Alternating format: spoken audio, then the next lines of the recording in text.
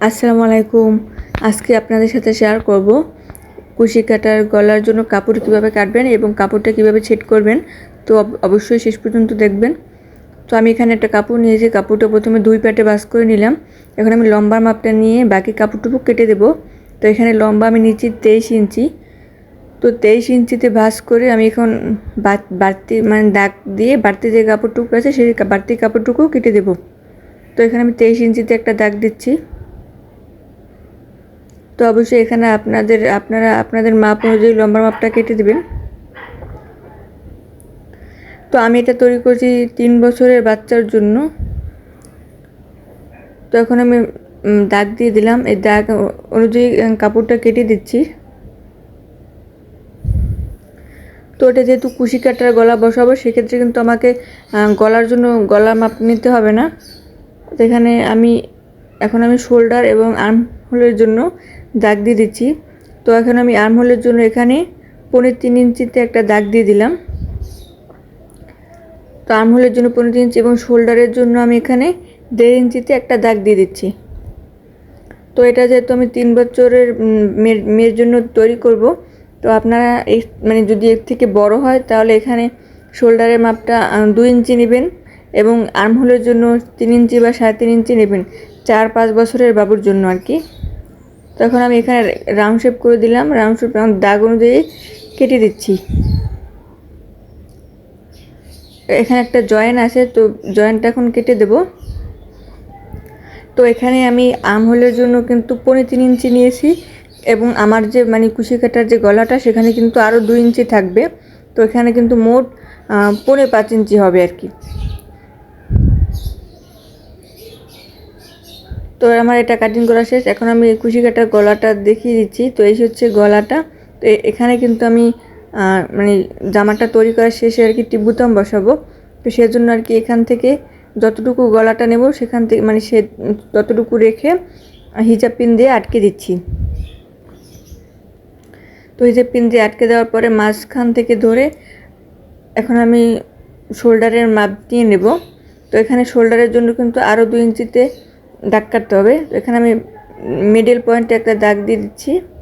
তো উপরে এবং নিচে দুটারই মিডল পয়েন্টে একটা দাগ দিয়ে দিলাম। তো এরপরে আমি শোল্ডারের জন্য এখানে কিন্তু আরও 2 ইঞ্চিতে দাগ কাটছি। তো সেমভাবে এই পাশ থেকেও আমি 2 ইঞ্চিতে দাগ কেটে দিচ্ছি। এটুকু কিন্তু হাতা, মানে যেটাকে হাতা আর কি, হাতাও কিন্তু এটুকু হাতার মধ্যে পড়বে। তো এখান থেকে হিজাব পিন দিয়ে আটকে দিচ্ছি।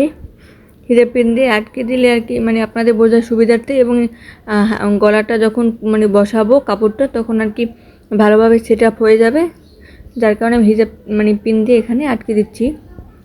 তো আমি 2 পাশে কিন্তু আটকে দিলাম। এখন আমি এই যে আর্ম হোলের জন্য যে রাউন্ড শেপটা দিয়েছিলাম সেই কাপড়টুকু দুটো ভাঁজ করে সেলাই করে দিচ্ছি।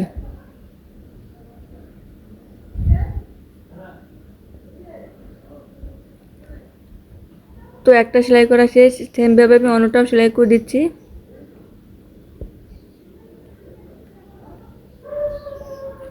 তো ভিডিওটি ভালো লাগলে অবশ্যই একটি লাইক করে দেবেন এবং চ্যানেলটি সাবস্ক্রাইব করে রাখবেন। যারা ফেসবুক থেকে দেখবেন অবশ্যই পেজটি ফলো দিয়ে রাখবেন। তো এই দেখেন আমার কিন্তু এটা সেলাই করা শেষ। এখন আমি এটা সেট করব। তো সেট করার জন্য আমি শুধু এখান থেকে 1 ইঞ্চি বাদ দিয়ে 1 ইঞ্চি নিচ থেকে মানে শুধু একটা সেলাই দিয়ে যাব। তো সেলাইটা দেওয়ার পরে কিন্তু কিছু সুতা বাড়তি রাখতে হবে। তো যে দেখেন আমি কিন্তু কিছু সুতা বাড়তি রেখেছি। তো সেখান থেকে যেহেতু 2টা সুতা থাকে সেখান থেকে আমি একটা সুতা আলাদা করে নেব। একটা সুতা আলাদা করে হাতের এই যে দেখে কিন্তু বুঝতে পারছেন যে আমি কীভাবে একটা সুতা আলাদা করে নিয়েছি এবং সেটা কিন্তু হাতে ধরে টেনে টেনে কিন্তু কুচিগুলো বসাচ্ছি। এভাবে টেনে টেনে কুচিগুলো দিলে কিন্তু ফিনিশিংটা ভালো আসে এবং দেখতেও সুন্দর হয়। কুচিগুলো একদম সেমভাবে সব পরে ছোট ছোট কুচি পরে, যার কারণে দেখতে কিন্তু ভালো লাগে। তো এইভাবে কিন্তু সেমভাবে কিন্তু আমি 2টা পার্টে কুচিগুলো টেনে টেনে কিন্তু করে নেব। তো অবশ্যই লক্ষ্য রাখবেন যাতে সুতাটা ছিঁড়ে না যায়। সুতাটা ছিঁড়ে গেলে কিন্তু কুচিগুলো আর করতে পারবেন না। তো এই যে আমার কুচিগুলো করা শেষ। তখন আমি গলার সাথে মিলে আপনাদেরকে দেখাবো যে ঠিকঠাক আছে কিনা।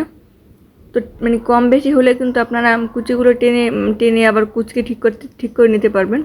তো এই পাশ থেকে ধরে এ পাশে আমি এখন দেখছি যে হ্যাঁ এটা পুরোটাই ঠিক আছে, তখন সেমভাবে ধরে আমি সেলাই করে দেব। তো সেলাইটি কিন্তু আমি উল্টো পাশে করছি। আমার কাপড়টা কিন্তু মানে নিচের সাইডটি কিন্তু সোজা, এবং যে কুশি কাটা গলাটা নিয়েছি সেটাও কিন্তু নিচের সাইডটা সোজা, উপরের দুটো সাইডই কিন্তু উল্টো সাইডে আছে। তো আমি সেমভাবে ঘুরিয়ে ঘুরিয়ে সেলাই করছি। তো ভিডিওটি ভালো লাগলে অবশ্যই একটি লাইক করে দেবেন এবং কমেন্ট করে জানাবেন কেমন হয়েছে, এবং সেলাই সম্পর্কে কোনো কিছু জানার থাকলে আমাকে কমেন্ট করতে পারেন, আমি কিন্তু আপনাদের কমেন্টে রিপ্লাই দিয়ে দেব।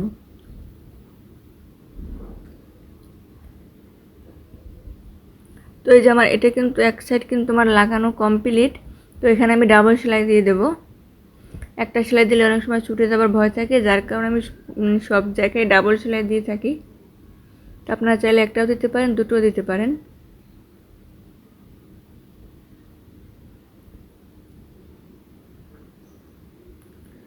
তো ভিডিওটি ভালো লাগলে অবশ্যই একটি লাইক করে দেবেন এবং চ্যানেলটি সাবস্ক্রাইব করে রাখবেন, এবং পেজ থেকে দিয়ে থাকলে ফলো করে রাখবেন। তো এই যে আমার দুটোটাই কিন্তু আমি সেমভাবে সেলাই করে লাগিয়ে নিয়েছি, এবং পিনগুলো এখন ছাড়িয়ে দিচ্ছি। তো পিনগুলো সরানোর পরে কিন্তু এই যে আমার হাতাটা কিন্তু এখন বেরিয়ে আসছে। তো এখন আমি দুই সাইডের মানে মাথাটা একসাথে রেখে জয়েন করে আটকে দেব। তো দুই সাইডে আমি এখন জয়েন করে আটকে দিচ্ছি। এরপরে নিচে ঘেরটা সেলাই করে দিলেই হয়ে যাবে। তো আমি কিন্তু একদম সহজ নিয়মেই বুঝিয়ে দিয়েছি,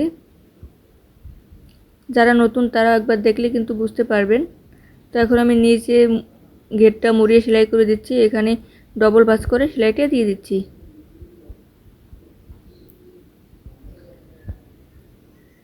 তো সেলাই সম্পর্কে কোনো কিছু জানার থাকলে আমাকে কমেন্ট করে জানাতে পারেন, তো আমি আপনাদের কমেন্টে রিপ্লাই দিয়ে দেব। এবং মানে আমি অনেক ভিডিও আমার ডিসক্রিপশন বক্সে লিংক দিয়ে দেবো, আপনারা চাইলে দেখে নিতে পারবেন। তো আমার এটা কিন্তু সেলাই করা কমপ্লিট। তো এই যে এখানে কিন্তু আমি টিপ বোতাম বসাবো, আপনারা চাইলে হুক বা টিপ বোতাম যে কোনো একটা কিছু লাগিয়ে নিতে পারেন। তো এই হচ্ছে ফাইনাল লুক। তো ভিডিওটি কেমন হয়েছে অবশ্যই কমেন্ট করে জানাবেন, এবং ভালো লাগলে একটি লাইক করে দেবেন এবং শেয়ার করে দেবেন। চ্যানেলটি সাবস্ক্রাইব করে রাখবেন। দেখা হবে পরবর্তী কোনো ভিডিওতে। আসসালামু আলাইকুম, আল্লাহ হাফেজ।